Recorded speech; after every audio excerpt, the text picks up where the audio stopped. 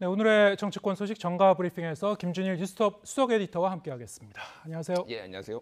네, 자, 국민의힘 첫 당대표 TV 토론회가 열렸습니다. 보통 이렇게 TV 토론회가 열릴 때는 새머리를 하고 있는 후보, 선두를 달리고 있는 후보, 이런 후보에게 주로 이제 화살이 좀 많이 날라오는 그런 경향도 있고요. 누가 누구를 상대로 또 공세를 취했는지 이게 일단 좀 관심이긴 한데 전반적으로 어떻게 보셨습니까?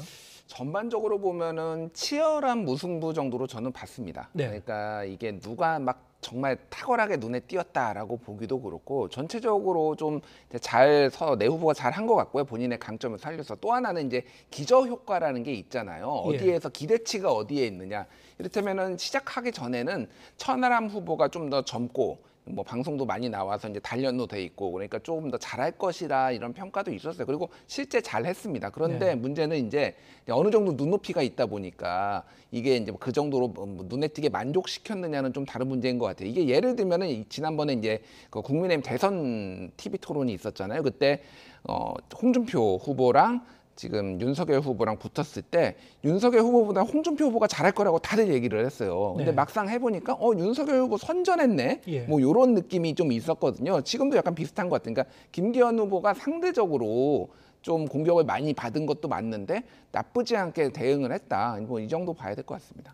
그 얘기는 김기현 후보 자체가 이런 형태의 TV 토론회에 많이 나왔던 분이 아니시고 그렇기 때문에 토론 실력에 대해서 이제 불확실성도 있고 상대적으로 이렇게 기대치가 높진 않았을 것이다. 그게 어느 정도 작용했을 것이다. 안철수 후보 같은 경우에는 사실 대선 후보를 여러 번 했습니다만 역시 TV 토론에서 굉장히 큰 강점을 보인 후보로 이렇게 각인이 되어 있지는 않기 때문에 그 역시 뭐 비슷한 맥락 아닐까 싶기도 하네요. 예, 뭐 안철수 후보는 정말 좋아졌어요. 뭐 이렇게 개인적으로 만나봐도 네. 예전보다는 많이 자신감도 있기는 한데 워낙 그 MB 아바타의 그 이미지가 각인이 돼 있어서 뭐 뭔가 굉장히 잘할 거다라는 기대치가 높지는 않아요. 그런 부분에 있어서는 어쨌든 뭐 그러니까 전체적으로 아까 말씀드렸지만 이거를 누가 탁월하게 잘했다라고 평가 내리기에는 조금 어렵다. 이렇게 좀 봐야 될 것 같습니다. 네. 1위와 2위를 이제 여론조사에서 다투고 있었던 그 후보들 간 이른바 이제 양강 후보라고 부르는 김기현 후보, 안철수 후보 간의 이 창과 방패 대결 서로 이제 공세를 취했겠죠. 예. 어땠습니까? 좀 이렇게 쨍그랑하는 어떤 그 열띤 그 불꽃 튀는 그 순간이 좀 있었습니까? 아니면은 기대보다 뭐 좀 밋밋했습니까? 그러니까 뭐 서로 공세를 펼칠 만한 소재들을 가지고 다 이제 싸운 것 같아요. 그래서 뭐 김기현 후보는 안철수 후보한테 문재인 정부의 고소고발 당하면서 싸워봤냐. 이제 울산시장 선거와 관련돼서 그런 얘기를 한 것 같습니다. 그러니까 나는 이제 안철수 후보는 후보 단일화를 해서 이 정부에 기여를 했다라는 얘기도 했고 뭐 리더십 문제 이제 김기현 후보는 안철수 후보의 리더십 문제 그래서 사람들이 왜 다 떠나냐라고 얘기를 하니까 제3당의 어려움도 있었고 많이 남았다라고 하면서 이제 험지 갈 때 되지 않았냐 이제 이런 얘기도 해서 울산에서만 4선을 한 김기현 후보가 좀 지역 편중 그래서 수도권에 강점 있는 자신의 모습들 이런 것들을 얘기를 했습니다. 예. 그래서 뭐 이 부분도 예상됐던 질문 예상됐던 답변이 나왔던 것 같아요. 사실 이게 모범 출제 문제가 이제 어느 정도 이제 공개가 된 상황이었고 그 답이 나와서 이거 치열은 했는데 눈에 띄지는 않았다. 뭐 이렇게 평가할 수 있을 것 같습니다. 새로운 논점이 제기되거나 뭐 쟁점이 새로 이제 불거지거나 그런 모습은 찾아보기 어려웠다. 어느 정도는 좀 그 예상했던 그 테두리에서 이제 진행이 됐군요.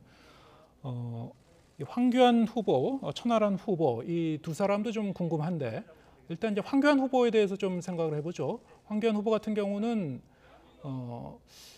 과연 그 누구에게 더 이제 공세를 취할 건지 그리고 일각에서는 이제 김기현 후보와 어느 정도의 공통 분모가 있을 것이다. 그래서 나중에 혹시 연대를 할까 아니면 끝까지 완주를 할까 뭐 이런 얘기를 한 분도 있습니다만 오늘 토론을 보니까 상당히 좀 공격적으로 질문하던데요. 예, 뭐 김기현 후보에게는 이제 KTX 울산 역세권에 이제 부동산 투기 의혹이 있는데 이거를 거론을 하면서 후보직 사퇴하라 뭐 이런 얘기까지 했습니다. 네. 그러니까 말씀하셨다시피 그러니까 이거를 이제 그 내 후보의 이념적 스펙트럼을 하자면은 가장 강경 보수부터 이제 황교안 김기현, 안철수, 천하람 뭐 이런 순서대로 좀 이제 나눌 수 있을 것 같아요. 그러면은 황교안 후보가 올라가려면은 김기현 후보 표를 뺏어와야 됩니다. 예. 그러니까 이게 전선을 만들어야 돼요. 근데 이제 또 일각에서는 단일화 얘기도 있거든요. 그러니까 그거는 본인들의 캠프의 의지와는 상관없이 단일화 얘기도 있다 보니까 이게 이제 어디 선까지 공격을 할 것이냐인데 지금은 황교안 후보는 좀 공격을 하는 쪽으로 김기현 후보를 공격을 하는 쪽으로 조금 전선을 만든 것 같아요. 왜냐하면은 만약에 하나 단일화를 하더라도 본인의 지지율이 어느 정도 올라가야지 이게 그러니까 흥정이 세게 이제 가격을 붙일 수가 있는 거잖아요. 근데 너무 이제 가격이 그러니까 지지율이 낮으면은 이런 이제 그런 문제들이 생기니까 지금 전선을 그렇게 만들어서 오히려 후보 사퇴하라 뭐 이런 얘기까지 할 정도로 조금 세게 나왔다 이렇게 보면 될 것 같고 뭐 안철수 후보와 관련해서는 본인의 정통 보수의 어떤 상징 그런 것들을 강조하기 위해서 이를테면은 뭐 신영복 씨를 뭐 이제 존중하는 뭐 발언한 것이라든지 뭐 뻐꾸기 후보라고 하면서 조금 정체성을 좀 비판하는 그런 식으로 조금 전략을 짜온 것 같습니다. 네. 천하람 후보 아까 말씀하셨듯이 어떻게 보면 TV 토론에서 가장 기대치가 높을 수 있는 그런 후보이긴 합니다. 특히 이제 막바지에 이 경선에 뛰어들면서 일종의 이제 바람을 일으켰던 그런 그래서 상당히 이제 주목받고 있는 후보이기도 한데 오늘 어땠습니까? 이렇게 전방위로 화살을 날 거라고 생각하는 분도 계셨는데 실제로 그랬습니까?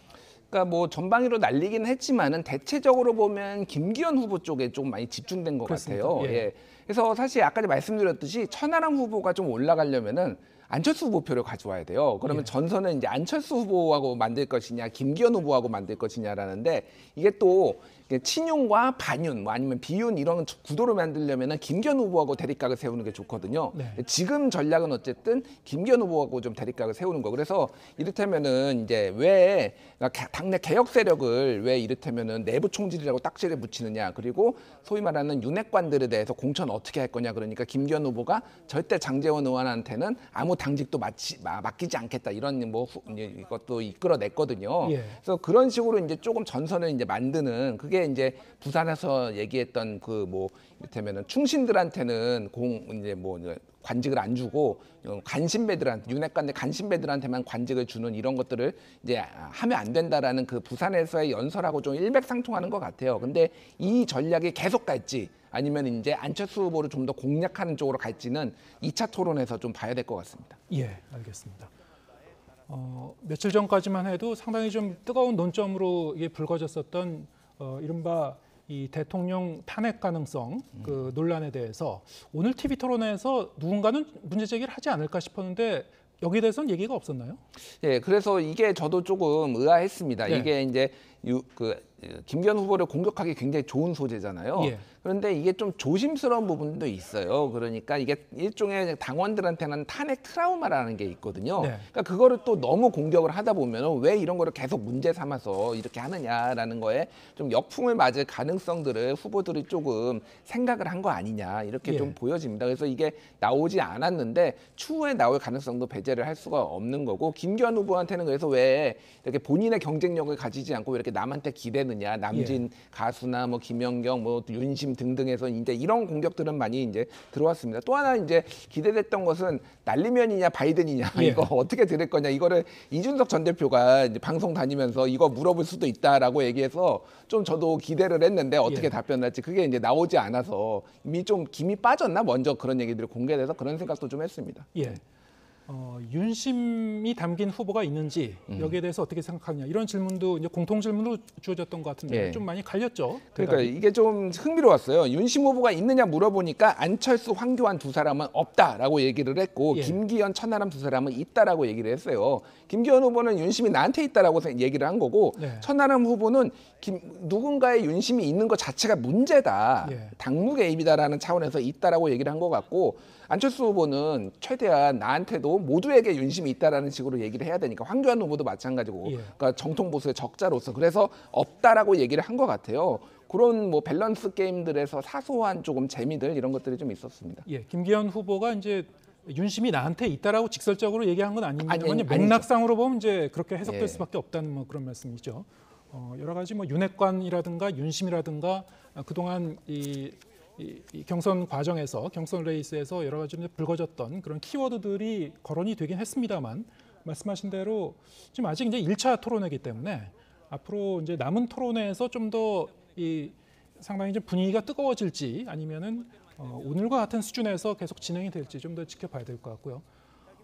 지금 국민의힘 그 전당대회 레이스 과정에서 이른바 이제 당정일체론 친윤계가 이제 띄우고 있습니다만 오늘도 이제 이와 관련된 그 얘기가 토론회에서도 좀 거론이 됐던 걸로 제가 기억합니다만 오늘 이제 토론회와는 별도로 윤 대통령이 이 전당대회 후에 이른바 이제 명예대표를 맡는 방안이 일부에서 이제 거론이 되기도 했습니다. 이거와 관련해서 여러 가지 설왕설래가 있는 것 같습니다만 어떻게 보셨습니까? 그러니까 이게 현실화될지 여부는 좀 네. 봐야 될 것 같아요. 예를 들면은 이게 이제 김기현 후보가 많이 윤심이 있다라고 이제 알려져 있잖아요. 만약 네. 김기현 후보가 당 대표가 된다라면은 굳이 논란을 일으키면서 명예 대표까지 맡아야 되느냐? 예. 그러니까 국민의힘 당원 7조에 보면은 어쨌든 아무런 직책도 맡지 않는다라고 돼 있거든요. 그게 명예라는 조건이 붙어 있지는 않습니다만은 그럼 당원을 끝 고쳐야 되는 거예요. 사실상 이거를 그냥 그러니까 고치지 않고 하는 거는 좀 논란이 생길 겁니다. 그러니까 그런 것들을 해야 되느냐. 그러니까 지금은 어쨌든 대통령의 당무 개입 자체가 이게 문제가 있는 건 아니다라는 것들을 조금 강조하기 위해서 이제 장제원 의원을 비롯해서 뭐 박수영, 뭐 조수린 의원 등등 이제 거들고 있는 건데 이거는 이제 조금 뭐 지켜봐야 될 것 같습니다. 그래서 중요한 건 어쨌든 이게 이명박 정부 초기에도 이런 일이 있었거든요. 그때 2007년 대선 있고 2008년 총선을 앞두고 네. 당무 개입 요 조항을 고치자라고 이제 대통령 그러니까 당시에는 이제 청와대에서 MB 청와대에서 했지만은 당내 강력한 반발로 무산된 적이 있어요. 그래서 이런 역사가 있습니다. 이런 맥락들이 있어서 예. 어쨌든 지금 상황도 지금 어쨌든 뭐 이제 당정일체론이 강하지만은 그 부분이 당 대표가 누가 되느냐에 따라서 좀 많이 방향성이 좀 바뀔 가능성이 높아 보입니다. 네. 현재 당원 당규상으로 봤을 때는 이게 가능한지 안 가능한지 이거는 이제 논쟁거리입니까? 아니면은 지금 안 되는 겁니까? 그러니까 그거를 이제 논쟁거리가 저는 될 수 있다라고 봐요. 예. 안 된다고 또 하기는 거예요. 명예 대표잖아요. 근데 네. 명예 대표라도 이 정도면은 이제 바꿔야 된다라고 누군가는 또 문제 제기를 할 겁니다. 그냥 어물쩍 넘어가서 명예 대표를 수여를 하려고 하면 이게 계속 분란이고 이거가 이를테면은 뭐 윤석열 정부의 개혁 드라이브라든지 이런 것들을 가려버릴 수도 있어요. 예. 그러니까 전략적으로 좋은 방향인지에 대해서도 아마 용산에서도 다시 한번 고민을 하지 않을까 그렇게 보여집니다. 예. 자, 이제 검찰이 이재명 대표에 대한 구속영장 청구 여부를 이제 곧 결정을 할 예정이라고 하죠. 이번 주 안으로는 뭐 이러면은 내일이라도 이제 청구를 할 가능성이 있는 것 같은데 지금 민주당 내부에서는 과연 체포 동의안이 국회로 넘어오면은 이것을 이제 당론으로 결정을 해서 대응을 할 건지 아니면 무기명 투표인데 그냥 의원 자율에 맡길 건지 뭐 이런저런 얘기가 나오고 있는 것 같습니다. 일단 당론으로 결정해서 체포동의안을 이제 부결시키자라고 했을 경우에는 상당히 좀 정책 부담도 있지 않을까 싶기도 한데 당론 얘기가 나오는 것 자체가 상당히 그 당 내부적으로 이런저런 걱정이 있는 거 아닌가 뭐 이런 생각도 좀 들게 하는데 어떻게 보시고 계십니까? 걱정이 있죠. 그러니까 예. 뭐 소위 말해서 당 지도부에서는 충분히 걱정이 있고요. 왜냐하면은 이게 이제 무기명 비밀 투표잖아요. 네. 그러니까 누가 어떻게 투표를 하는지를 알 수가 없습니다. 그래서 당론으로 하더라도 이게 어떻게 나올지 모르는 거예요. 그럼에도 불구하고 당론으로 하면은 조금이라도 이제 의원들이 압박을 받을 가능성 이런 것들이 있으니까 이제 하자라는 겁니다. 그만큼 이제 이번이 불확실성이 크다라는 건데, 근데 비명계 의원들 뭐 과거 친문으로 분류가 됐던 비명계 의원들이 숫자가 굉장히 많은데 네. 지금 이거에 대해 검찰의 이번 영장 청구에 대해서 그렇다고 반드시 체포동의안을 가결을 시켜야 되느냐에 대해서는 의문점을 가지고 있어요. 그러니까 좀 아직도 마음을 못 정한 분들이 좀 많은 것 같아요. 조금. 네. 왜냐하면은 이게 완전 개인 비리. 이를테면 뇌물을 수수했다. 뭐 이 정도가 협의가 있으면 모르겠는데 이게 지금 대장동하고 성남 FC인데 둘 다 이게 법리 논쟁이에요. 이거를 제3자 뇌물죄로 볼지 말지, 이거를 배임으로 볼지 말지, 그래서 다 공개된 사안에 대해서 지금 하는 거니까 이거를 구속까지 할 사안이냐 이렇게 좀 생각을 하는 것 같습니다. 근데 어쨌든 전체적으로 보면은 정의당도 체포동의안은 가결하겠다. 이거는 이재명이라서 그런 게 아니라 원래 항상 이거는 국회는 체포동의안에 대해서 우리 당의 입장은 항상 누구라도 가결시켜야 된다라는 정의당의 스탠스가 있었거든요. 그런 것들까지 좀 같이 곁들여지면서 불안감이 증폭된 건 사실인 것 같습니다. 네.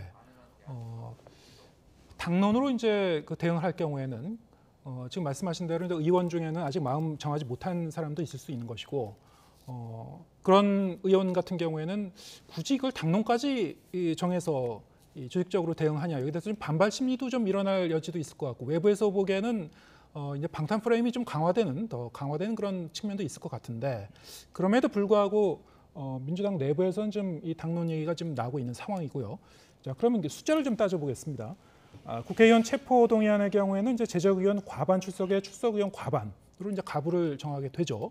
이탈표가 뭐 어느 정도 나와야지 그 경계선을 넘는 겁니까?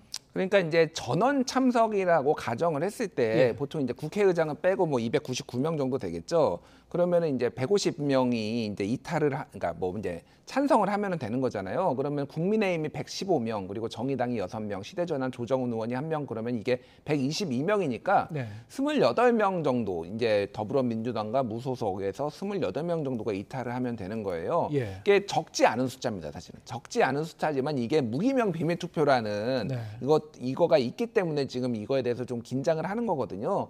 그래서 최근에 이제 이재명 대표가 비명계 의원들, 김종민 의원이라든지 이원욱 의원, 뭐 서른 의원도 만난다고 하고 이렇게 좀 전체적으로 보폭을 넓히는 게 협조를 구하는 것들, 이런 예. 것들이 좀 있는 것 같습니다. 그래서 일각에서는 사실은 아주 뭐 이제 구체화된 건 아닌데 지금 뭐 이제 아주 먼 얘기입니다. 그런데 지금 이 사안에 대해서는 협조를 좀 구하고 정치적 딜이 있는 건 아니냐, 뭐 이런 예. 관측까지 나오고 있어요. 그러니까 정치적 딜이라는 게 뭐 연말쯤 가가지고 거취를 좀 당을 위해서 거취를 결정하는 거 이런 걸로 뭐 좀 딜을 하려는 거 아니냐, 뭐 이런 이재명 대표가 연말쯤 되면은 물러날 가능성도 없지 않다. 뭐 그런 거죠. 관측입니까? 그러니까 이번에 있어서 이거를 체포동의안을 좀 막아주고 예. 예를 들면은 그럼 뭐 내가 뭐 결백하면 증명을 하지만 총선 즈음에는 좀 당에 부담이 되니까 당을 위해서 내가 봉사하겠다, 그리고 이런 뭐 모양새를 그래서 서로 좀 윈윈하는 걸로 이렇게 하는 거 아니냐. 이게 구체적으로 나온 건 아닙니다. 이런 얘기들이 정가에서 떠돌고 있어요. 그러니까 여러 가지 떠도는 시나리오 중에 하나란 말씀이죠. 그렇죠. 예. 예. 그래서 지금 어쨌든 이번에 어떻게 결론이 나는지가 좀 민주당의 향후 미래를 점쳐보는 데도 좀 중요할 것 같습니다. 예, 알겠습니다.